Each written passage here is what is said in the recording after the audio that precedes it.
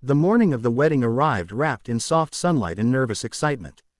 The house was filled with laughter, the scent of flowers, the rustle of fabric, and the quiet chaos that always follows a bride on her special day.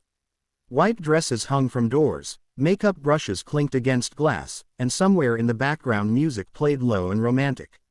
Everyone said it was the happiest day of her life. She believed it too, or at least, she wanted to. She stood in front of the mirror, staring at her reflection. The dress fit perfectly, her veil rested gently on her shoulders. Yet something inside her chest felt tight, like a warning she couldn't explain. She brushed it off as nerves. After all, every bride felt nervous, right? At her feet lay Max. Max had been with her for 7 years. A golden retriever with soulful eyes and a heart far bigger than his body. He had been there through heartbreaks, lonely nights, career failures, and quiet tears that no one else saw. When her father passed away, Max had slept outside her bedroom door for weeks. When she cried, Max listened. When she laughed, Max wagged his tail like it was his personal victory. Today, Max was supposed to stay behind.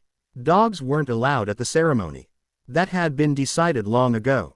She took a step toward the door. Max stood up instantly. "Max, stay," she said softly, smiling. He didn't. She took another step. Max moved directly in front of her, blocking her path, his body firm, his posture tense. His tail wasn't wagging. His ears were alert, his eyes locked onto her face with an intensity she had never seen before. A bridesmaid laughed nervously. "Looks like he doesn't want you to leave." She chuckled, though her heart skipped. "Max, come on." "Not today." She tried to step around him. Max growled. The room went silent. Max had never growled at her. Not once. Not in 7 years. Her mother frowned. "That's strange. He must be anxious." But Max wasn't anxious. He wasn't shaking. He wasn't whining. He was standing guard. "Max," she whispered, kneeling slightly. "What's wrong, boy?" He didn't look away. His eyes flicked briefly toward the door, then back to her. A chill ran down her spine. The wedding planner checked her watch. "We need to go. Guests are seated." Her fiancé was waiting at the altar. Smiling, confident, handsome, perfect on paper. A man everyone adored. A man she trusted enough to marry. She stood again and tried once more to move. Max stepped forward, pressing his body against her legs, physically refusing to let her pass. "Get him out of the way," someone said impatiently. 2 groomsmen approached. The moment they reached for Max, he snapped, not biting, but warning. A deep, protective sound that made everyone step back. "What is wrong with this dog?" someone muttered. Her heart was pounding now. This wasn't misbehavior. This was fear, or protection. "Stop," she said suddenly. Her voice shook. "Just stop." She looked at Max again. "You're trying to tell me something, aren't you?" Memories rushed in all at once. Small moments she had ignored. Max growling softly whenever her fiancé raised his voice. Max refusing to sit near him. Max always positioning himself between them when they argued. She had laughed it off. Said dogs were jealous. Said Max was overprotective. But Max had never been wrong about people before. Her fiancé's voice echoed from outside, slightly annoyed. "What's taking so long?" Max growled again at the sound. Her chest tightened painfully. "I need a minute," she said. Her mother sighed. "Sweetheart, this is just nerves. Don't let a dog ruin your wedding." But Max wasn't ruining anything. He was stopping something. She walked to the window and looked outside. The guests, the flowers, the smiles, everything looked perfect. Too perfect. Then she noticed something else. Her phone buzzed. A message from an unknown number. "You need to check his phone. The locked folder, please." Her hands trembled. Another message came through. "I didn't know how else to warn you. I was like you once." Her blood ran cold. She looked at Max. He sat down now, calmer, as if waiting.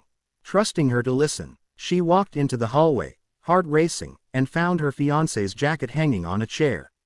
His phone was inside the pocket. Her fingers hesitated. Then she unlocked it. The locked folder was there. Inside were messages, photos, dates, names, women she didn't know. Some conversations were recent. Some overlapped with nights he claimed to be working late. One thread mentioned her by name. mocking her, calling her easy to control. Her stomach dropped. Then she saw something worse. A police report screenshot. A restraining order filed by another woman, quietly withdrawn. Her breath caught in her throat. This wasn't just betrayal. This was danger. The front door opened. "Hey," her fiancé called. His tone had changed. Sharp. "What's going on?" Max stepped in front of her again, teeth showing this time. "Why is my phone in your hand?" her fiancé demanded, walking toward her. She looked up at him, really looked at him, and for the first time she saw it. Not charm, not confidence, control, fear disguised as love. "I'm not marrying you," she said, her voice steady despite the storm inside her. His face darkened instantly. "Don't be ridiculous. You're embarrassing me." Guests murmured outside. Music faltered. She backed away. "Stay back." Max stood firm, growling low and dangerous. Her fiancé sneered. "Get that stupid dog out of my way." Security stepped closer. "I said I'm not marrying you," she repeated louder now. "And if you come any closer, I will scream."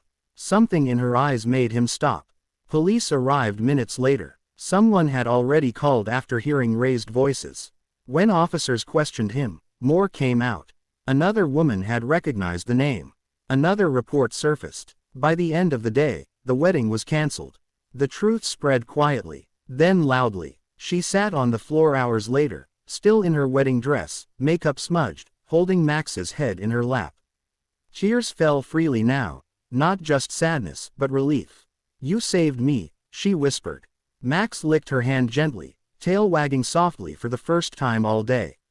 In the weeks that followed, people said it was tragic. A ruined wedding, a heartbreak. But she knew better. It wasn't a ruined wedding. It was a saved life. She donated the dress, took time off, started therapy, slowly rebuilt her sense of trust. And every night, Max slept beside her bed, peaceful again. Sometimes love doesn't come in words. Sometimes it comes on four legs, with instinct sharper than logic. And sometimes, on the most important day of your life, the one who truly loves you will stand in your way, refusing to let you walk toward disaster. Because not all heroes wear suits. Some wear fur.